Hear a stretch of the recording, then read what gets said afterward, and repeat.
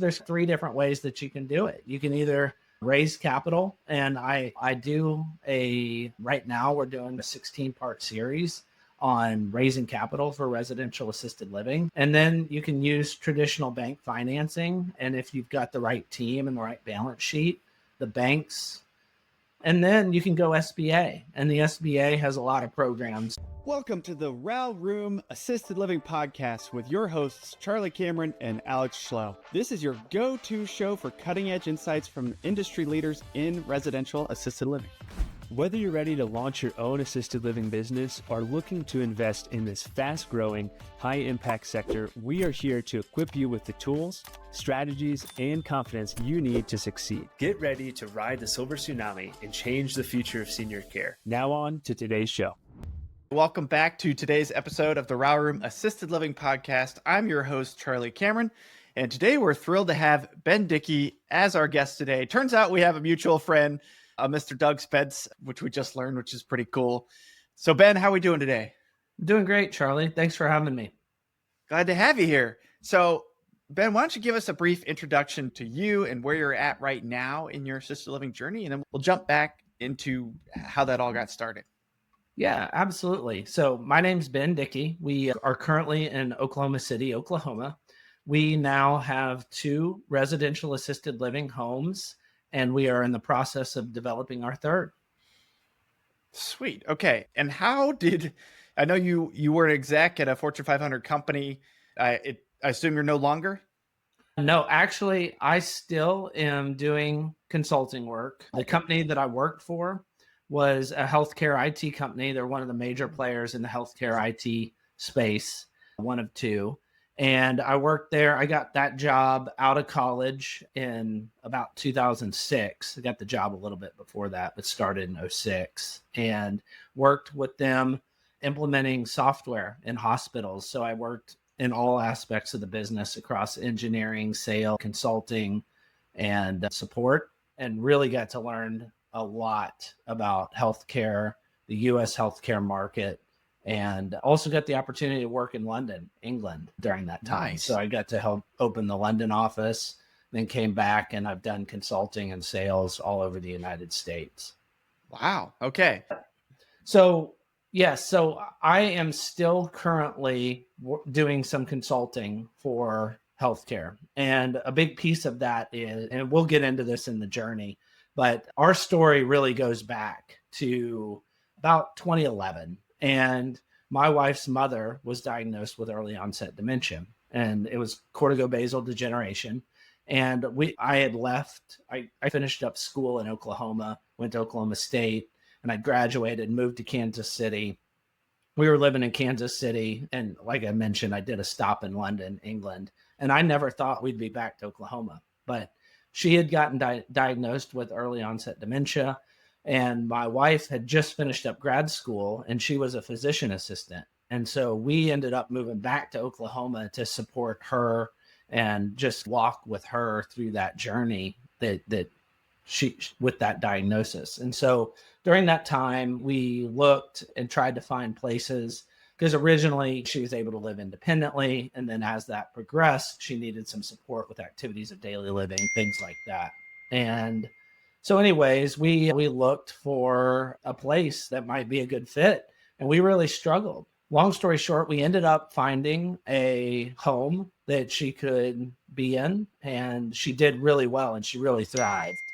And so along that way, I ended up meeting a guy named Gene Guarino, who was doing residential assisted living with the Rolla Academy out in Phoenix, Arizona. And so my wife went out to their 3-day and started learning a little bit about the business. And long story short, after a period of time, she stepped down from her primary care practice, and we started opening residential assisted livings, and she operates those homes. That's awesome. That's awesome. And wow. So there's so many great stories about how a family member was the impetus for starting a residential care home. And what I think is so cool about that is that you're improving the lives and the experience for so many more families in the future, seniors and their families in the future, that you're making a huge impact based on the life experience of one person. I think that's just so cool.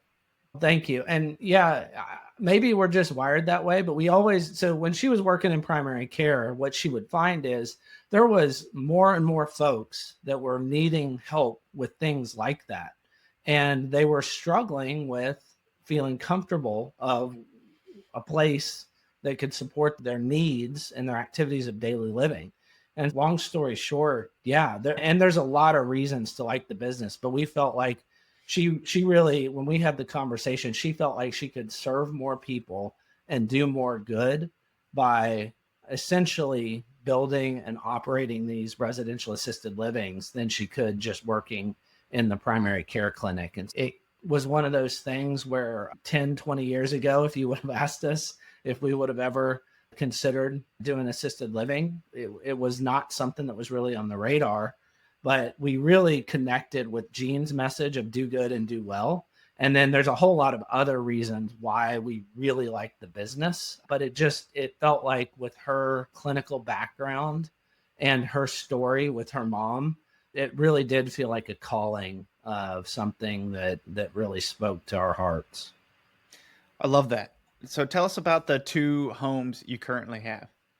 Yeah, these were 2 homes that were converted from just a standard house.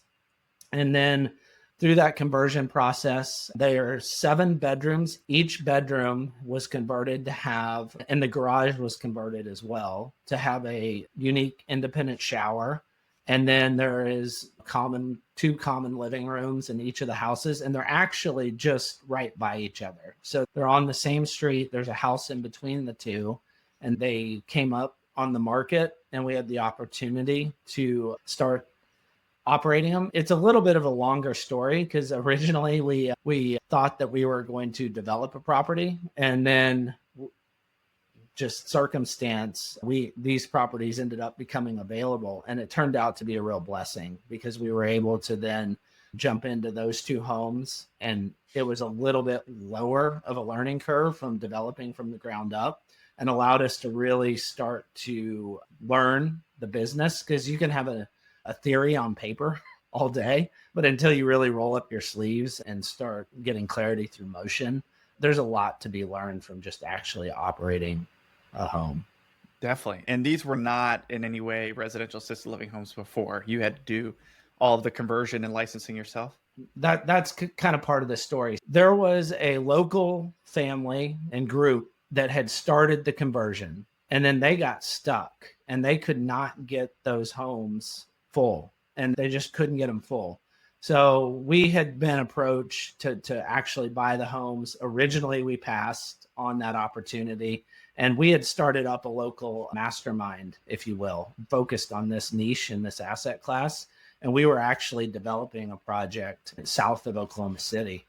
And during that process, there was some folks in our mastermind that ended up buying it, and they were having challenges getting it licensed as well. So we ended up forming a partnership, just jumped in full feet, and we got the homes licensed, and then we leased them up. The first home took a little longer. It took about 6 months to get them leased up. The second one leased up in about 45 days.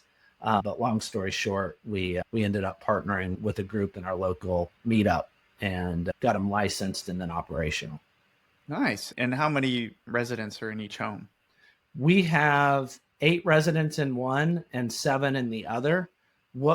They're licensed for 10 beds each, but there's only 7 bedrooms. And one of the things that we've specialized here in this market that's a little unique in assisted living, a lot of times in a bigger facility, if there's a couple that wants to move into assisted living, they'll require that they live in 2 different rooms. And I don't know if that's common across the country or not, but we get approached by quite, I wouldn't say it's a ton, but we regularly have couples that will reach out that is looking to stay together.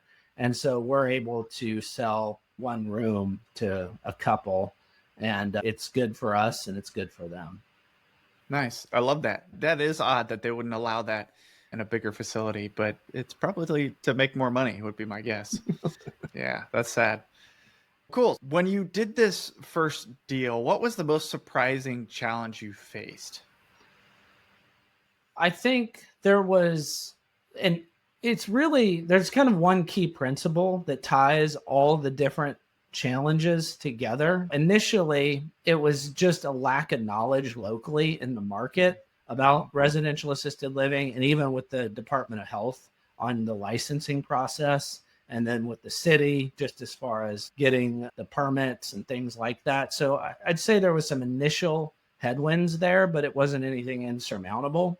And then after that, it's really been staffing and just making sure that we've got a good culture and consistent team in the homes.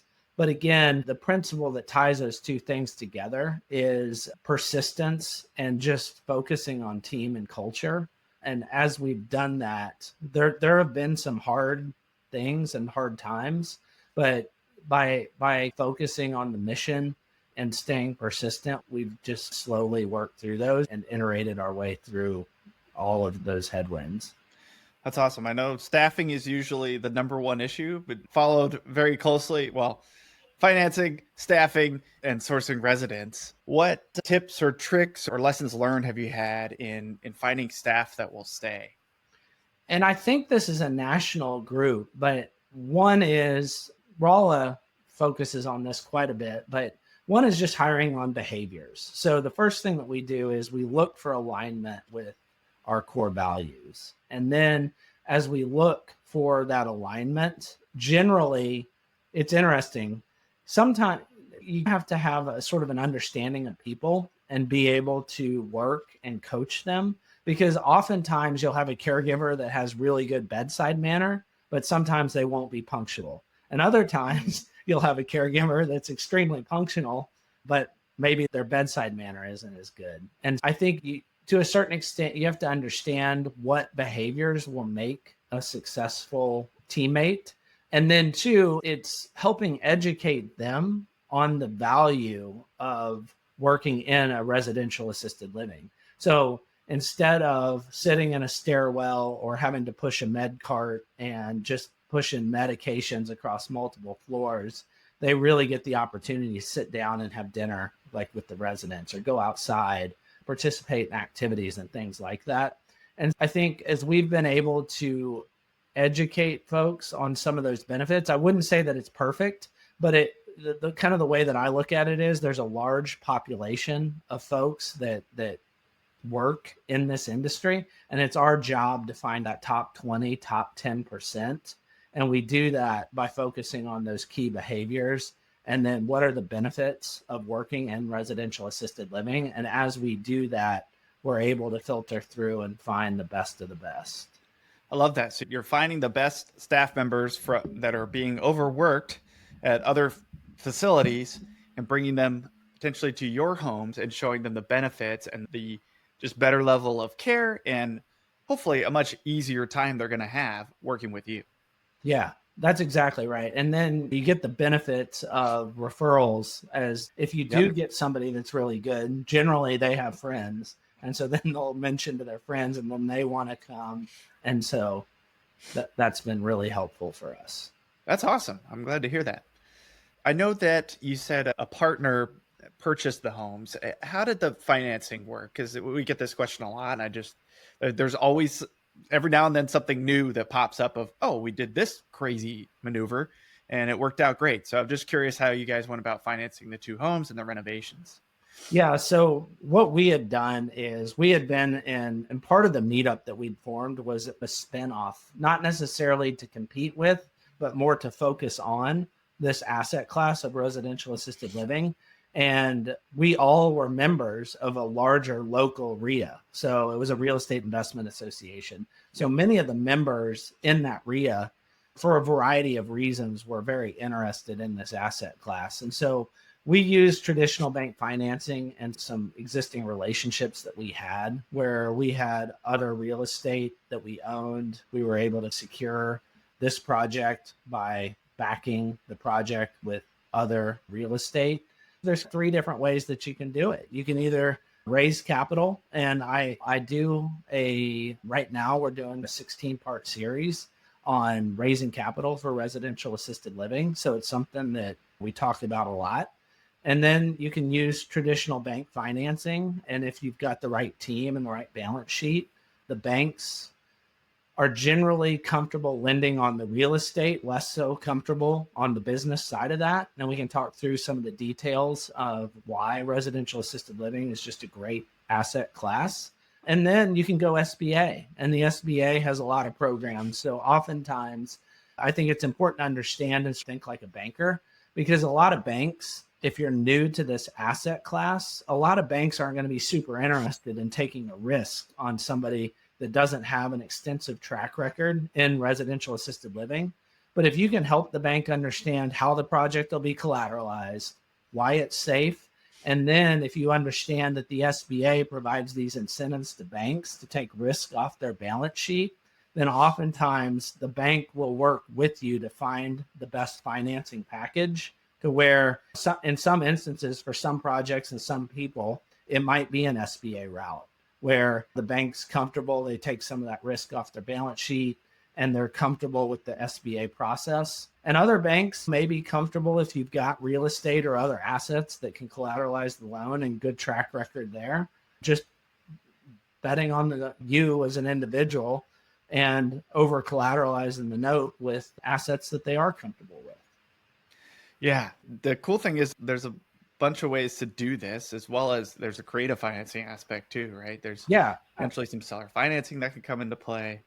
Absolutely. And I think the seller financing isn't something that we've done, but I do think depending on the deal in the market, like if there's an owner or an operator that is just getting tired, oftentimes one of the biggest challenges is finding somebody that can carry on that legacy or continue to provide those services in the community. And seller financing is a great solution in business. Yeah. People that are new to this industry, or they may be in real estate, but haven't been as much in like acquiring businesses, something that's really common in just business acquisition is some sort of seller carryback, which is where the seller finances usually a small portion of what's required. So let's say you go to the SBA and the SBA says you need 15%, but the seller will carry back 5 to 10%. Now you only need 5 or 10% to close on that opportunity. And so we've seen it a lot where the business portion might be harder to finance. It's pretty common to have a seller carry back of some portion, maybe 10% is probably the most common or more reasonable. But that makes it even easier for folks to get into this industry, whether they realize it or not. So just wanted to kind of point that out there. Yeah. And we talk about this in our meetup all the time. I think one of the things, the reason why we've been successful, I think, is this focus on team. And a lot of folks go into this with sort of this solopreneur mindset. And in order to be successful in this industry, you really need to understand finance and capital stacks and how to finance a project. It's helpful to have development skills on how do you develop a project and get permits and things like that, which is a totally unique skill set from understanding finance. Then you got to have the how to operate a business skill set. And then you got to be able to essentially understand care and how healthcare is delivered, referral patterns in the community, and just understanding what the need is of families in the community, how to connect with them and provide that care. And tying all that together is sales. And so those are a lot of different skill sets that are needed. And so I think your point is great in that you need to both assemble a team and understand what you're good at, and then backfill it with those areas where you may either have some blind spots, limited experience, or you could just use a little bit of support. Yeah, I couldn't agree with you more. Teams are important. Our partners are important. Teammates that you may not even think are teammates. Your staff are all teammates. Even the lender is a teammate, and you need them to be on your team. And the seller may be a teammate if they're doing a carryback, or the renter or operator may be a teammate if you're just leasing the home to them. So there's a lot of ways to look at this. And if you treat everybody like, hey, we're on the same team, you're going to go much further in this industry, or really any. And I think it's important for folks to realize we can't open these homes fast enough. And maybe this is something that we talked about, but having an abundance mindset and knowing that, like, not looking at this as with a scarcity mindset, but we can all go farther, faster together than in this, I need 100% of the pie thing. And so that's how we got our start, was through partnership. And I'm convinced that partnerships are the way that we're going to be able to build and make these homes more available here to serve more families. I'm glad you said that. We preach that a lot in our mastermind, and just that we set our goals, VTO, the whole entrepreneur operating system. We set our goals based on how many homes our membership opens. And I think we wouldn't do that if we didn't believe there wasn't a huge amount of abundance. There's a massive, we don't need to go to all the stats, but a massive supply demand problem. There are not enough homes, and there are definitely not enough residential care style homes. And if every single person listening to this podcast, or every single person in the mastermind, or every single person that goes to your meetup opens 10 homes, it'll be a fraction of a percent of what's needed today. Hey there, sorry to interrupt this episode, but I've got a question for you. Do you want to share in the wealth and incredible returns from the highest demand asset class in real estate without the hassle of doing it all yourself, or at least not yet? Residential assisted living is booming, and it's only gaining momentum. That's why we created an investment fund at Open Range Capital, so you can benefit without the heavy lifting. With the silver tsunami upon us, demand for assisted living is far outpacing supply, making this the can't miss opportunity for the next few decades. We provide access to fully vetted investment opportunities that are primed for success and ready to deliver strong passive returns. Don't wait, ride the wave with us. Visit theralroom.com/invest to partner with us on future investment opportunities. Again, that's theralroom.com/invest. We look forward to connecting with you. Now back to the episode. Which is going to just 2 to 3x over the next 15 years, the need. And it's just mind-boggling how crazy the tailwinds are for this industry. And that doesn't even take into factor that most of the beds in the industry now are somewhat dated product in that they were developed in the 1980s, the 1990s. And many of those projects are now 30, 40 years old with a bunch of deferred maintenance. And it's the equivalent of walking into a dorm room, which many seniors do not want to do. Yeah. And yeah, you have the wealthiest generation now aging into assisted living soon. And yeah, I know my parents aren't going to settle for a dorm room. People need to be thinking about that. You're absolutely right. Most of the asset classes out there are not the right ones. So that presents an opportunity as well, though, right? It does. For improving existing communities, maybe the smaller ones. Things like that. Ben, tell us a little bit about the development now that you're doing. What does that look like? Yeah, so one of the challenges with reconverting the homes is as asset prices have gone up, you've got essentially homes that are more and more expensive, and it requires quite a bit of time to then go reconvert those homes. And then you run into little issues with just how homes have changed, not only through technology changes where now you've got much more open common areas with much fewer walls, things like that. And then also just little details as far as accessibility, the widening of doors, and having a private room with a private bath, things like that. And what we found moving forward is instead of investing all that time to repurpose essentially the same conversation that we just had, which was taking a product that might have been built in the 1980s, the 1990s, that doesn't have some of those features, and you've got to invest anywhere between 3 to 9 to 12 months to essentially reconfigure it. It's really hard to get to a desirable spot there. And so what we decided to do for our next project was, instead of reconverting homes, which we're still open to doing, we found a lot, just a pocket lot in a really affluent area. The demographics were incredible. It was an underserved area. And we ended up purchasing that lot and just designed a purpose-built house. So it's a 10-bed house that we were able to design. And there was a structure on that lot, but it was far more effective for us to just graze that structure and then come up with a design that looked like a house. It's 10 bedrooms, and it fits in just every other house in the neighborhood.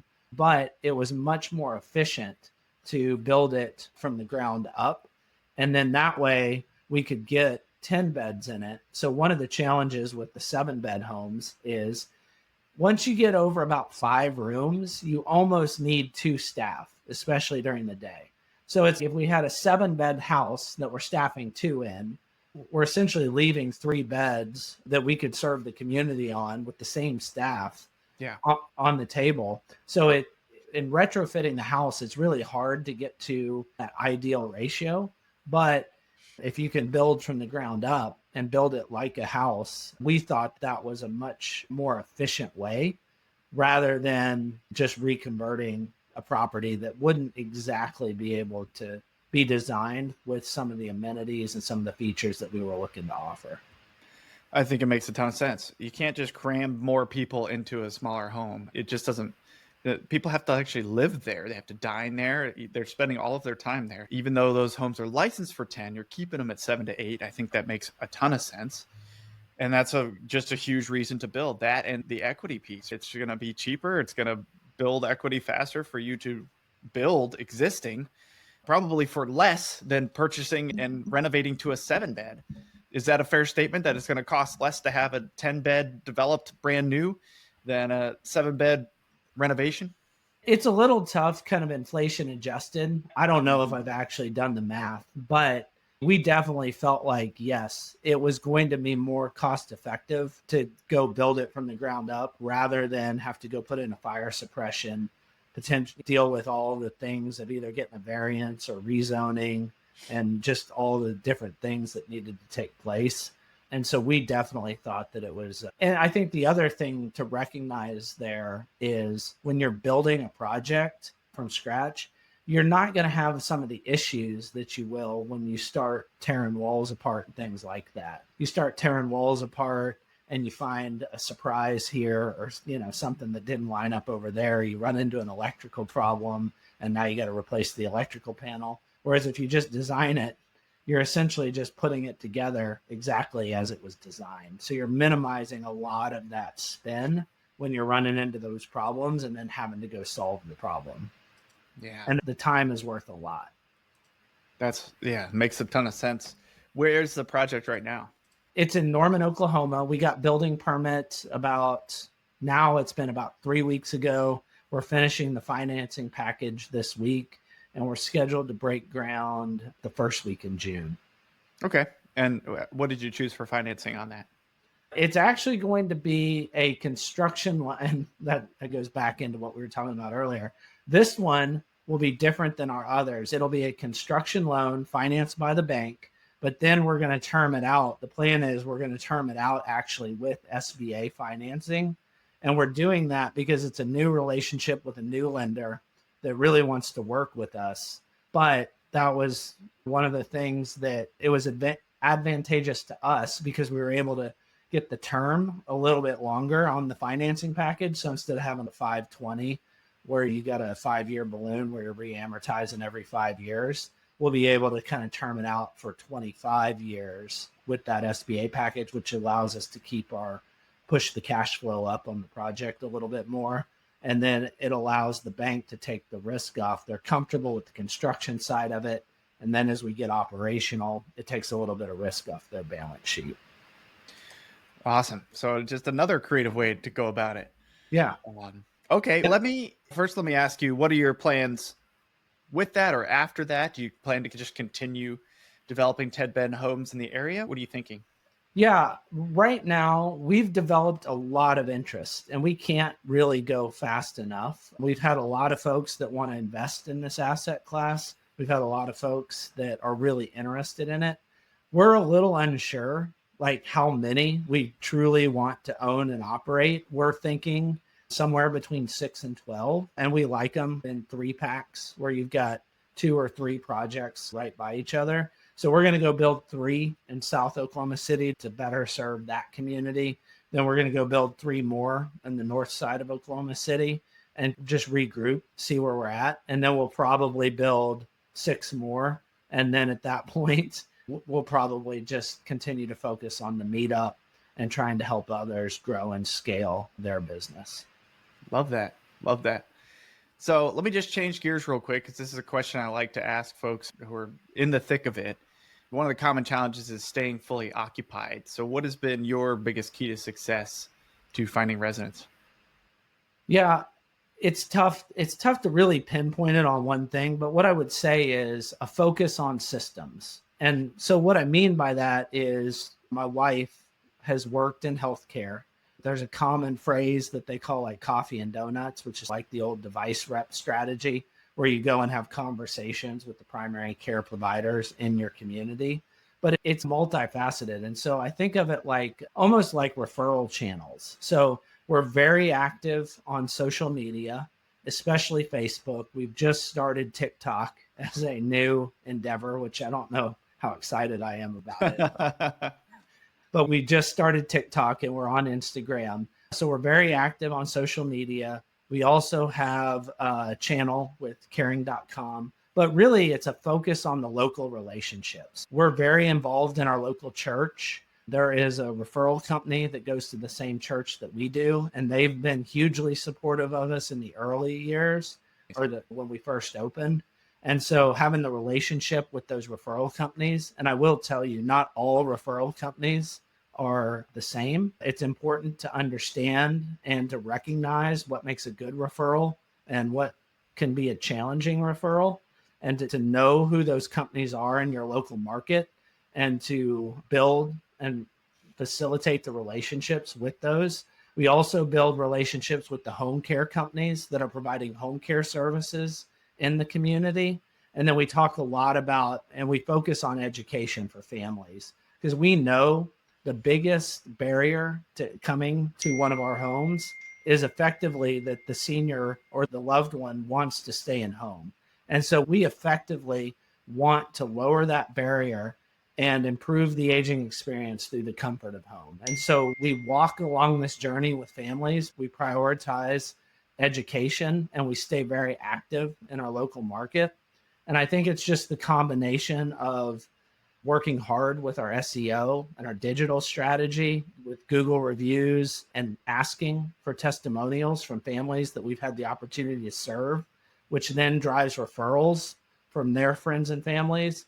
And then staying active on social media and focusing on not things like, hey, we've got a bed opening, but here are 3 things that you might want to consider as your family ages or as your loved ones ages. So that way we're presence just ongoing on people's social media feeds, and that we're engaging. We try and make fun videos with the residents dancing or singing or out on the patio, things like that.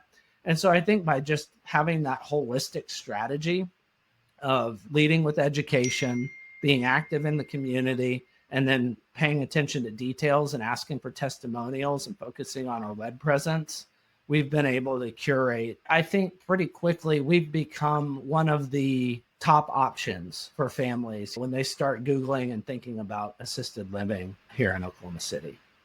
Ben, that was an amazing value-packed answer. And I just want to iterate something for the audience. We talk a lot about mom and pop operators and how they're trying to get out of it. And that creates opportunities to purchase. But a lot of existing homes man, they have almost no online or social media presence. And while kind of like early days of Airbnb, you could just take one crappy picture with your phone and you could make a killing. You know, the days where that's all you had to do was just be an existing home, I think we're nearing an end of that. You have to be able to do a little bit more. Sure, if you're a great home with providing great care, you could potentially just stay full with referrals from families and others. But you got to really, I think, focus on having an online presence. That means both web presence and social media, and being a part of the community. I think it's just so important now. And a lot of folks say that now, but it's just surprising to see still how many homes don't have a Google My Business page. They don't have a website. They don't have any social media presence. And what you're doing sounds fantastic. You're just sharing information, helping people, and then showing how great the home is. And it doesn't have to be any more complicated than that. Yeah. And just to give the audience a lens, I think sometimes when you can listen to these podcasts, you think, oh, it's just so easy for this other person or whatever. I just want to encourage folks that we had some hard times in the beginning. And I think the first year we were open, I might have, and I don't advocate this, but I might have personally done somewhere near 260 social media posts. And it was terrible. Like I did not, you did not want to do it, but you knew that the importance of having a conversation and the discipline of just publishing the work. But as you do that, you build your team. Then I hired an assistant and we documented the process for how do we post on social media, what's our brand guide, stuff like that. And then had started handing that off. And then that's one of the ways in which you can grow and scale your business is you've got to focus on, you got to ship the work, you got to get it done, but then you got to find a way to work on your business, not necessarily in your business. Yeah, that's such a good point. We literally, the podcast right before this one was about virtual assistants. And I talked about, hey, what tasks are the most important to get off your plate so that you can be focused on the things you're both passionate about and proficient about. And that's really your sweet spot, which will allow your business to grow much, much faster than if you're trying to do all the things, including the social media posts. I also hate social media. I don't, which is so funny because I'm all over it. I'm 100% with you. Yeah, but it's a double-edged sword. You love it, you hate it, you need it. Yeah, and it doesn't really matter what you and I think about something. It just boils down to it's saying, I don't like hammers or I don't like a screwdriver. It's just a tool. It's just a platform. And if you're robbing yourself the opportunity of having a conversation with a family, you're doing yourself a disservice. You're doing the community a disservice. And, I think sometimes it's okay to have preferences, but sometimes you just have to focus on what are the different channels, what are the different ways that I can serve the community, and social media, wrong or indifferent, is just one of those. Oh, that's so good, Ben. That is so good. I love that. And to your point, you don't have to be on everything. You can pick the ones that are better for you. I used to make a lot more like talking head videos when I was doing more real estate agent sales. And I did it for a while. And then I realized I hated it. But I love screen share or teaching with groups. And I love podcast format. Along the way, by doing the things you aren't sure you're going to find the things that you do that do really work. Because here's a hint. Everything works, right? So you just have to find the ones that work for you or hire out the pieces you don't like so that it can keep going. Yeah, absolutely. And every year, I think one should draw a couple circles of here's everything that has to be done. Here's all the things that either I'm good at or God has empowered me to be good at. And then, your goal is to find the concentric overlap of where the things that you're uniquely good at that need to be done and just focus on those. And to your point, figure out how do you build systems and processes and tools to make sure that all those other functions actually happen. 100%. 100%. Love that. All right, Ben, we got to wrap it up here soon, but you run a meetup and I'm sure you get a lot of questions at those meetups. So I think you'd be a great person to answer this is what are the biggest trends you're seeing in the assisted living industry right now? And how do you see it evolving over the next few years? It's interesting and I'm glad you asked. I think, and I'm going to flip it just a little bit because I think oftentimes we tend to focus on what's the hot thing, what are the trends and the technologies. And yes, like AI is a huge thing, right? And AI is going to transform how we do business from today for the next 100 years. But there are certain things that are somewhat timeless that don't change. So one, people are always going to want great quality service and good communication and to feel supported. And so our job is to continue to use the latest technologies and tools to help lower our cost to operate, improve how much it costs to operate the home, but then layer in the tools and the technologies like fall detection, using different tools to to improve our communication with families. And so really what I think is it's focusing on those timeless principles of the things that don't change and then marrying them up with the latest innovations and technologies in a way that allows you to better serve those families and really focus on your core values, building just a world-class team and to serve the community better. Wow. That was a great answer. And I'll add to that. If any of those tools or AI or anything else along the way, and we just had a great speaker come on and talk about incontinence detection and fall detection and stuff you can implement in your homes. But if any of those things increase the level of or the care you can provide. That's fantastic. But also, if they decrease your expenses, that's going to allow you to pay for better staff and to provide better benefits to staff, which then creates even better care. There's the elements that you're never not going to have. You got to have staff. You got to have more staff. You got to have better staff. And so if any of those things allow you to do that, I just think that's incredible. And that's what I love the way you framed that. And I think that should be the focus. Yeah. And that's exactly what we do. Like, we use the fall detection so that we can allow residents to have the autonomy and to be empowered to stay in their room. But it allows us to then have our caregivers spend time in the common areas with with the other residents, working on activities, things like that, and just building community and culture. But if there's an alert or something that needs tended to, it helps then direct and allows them to reprioritize and shift. And so I think there's going to be countless examples like that in the future. I love that. All right, Ben, if folks are in Oklahoma City and want to come to your meetup, or if they just want to reach out to you and learn more about what you're doing, connect with you, what's the best way for folks to do that? Yeah, absolutely. Thank you. So I would say you can go get some more information on our care homes at www.legacyseniorhomes.com. And I can make sure that you've got all this information. But you can also check our newsletter out and learn more about our meetup at www.bmdinvest, boy Michael David invest.com. You can sign up for our newsletter, learn a little bit more about our meetup. And we're always looking to have great conversations with great people. And we share insights about what we've learned operating the homes, and then also about future deals and opportunities that are coming in down the pipe. Man, I'd love to go to that meetup. Are you doing it? Are you syndicating it? Do I need to start the version of that here in Virginia? Yeah, we can definitely talk about it. We'd love to have you guys come and speak at it. That would be and fantastic. then we would, yeah, absolutely. And so if there's a framework or a format where we can open it up in other communities, I think that would be amazing. Awesome. Let's chat about that more. And Ben, dude, this was a great episode. Really glad to have connected with you, even though I've heard about you before. Finally good to really connect. And thank you so much for sharing your insights. They've been absolutely invaluable today. It was a pleasure. Thank you for having us. And it was a lot of fun. So looking forward to being in touch. Awesome. Yeah. Hopefully we'll do another episode after you've opened 12 more homes, and we'll learn more about that. That sounds great. We'll do All it. right. See you, Ben. Take care.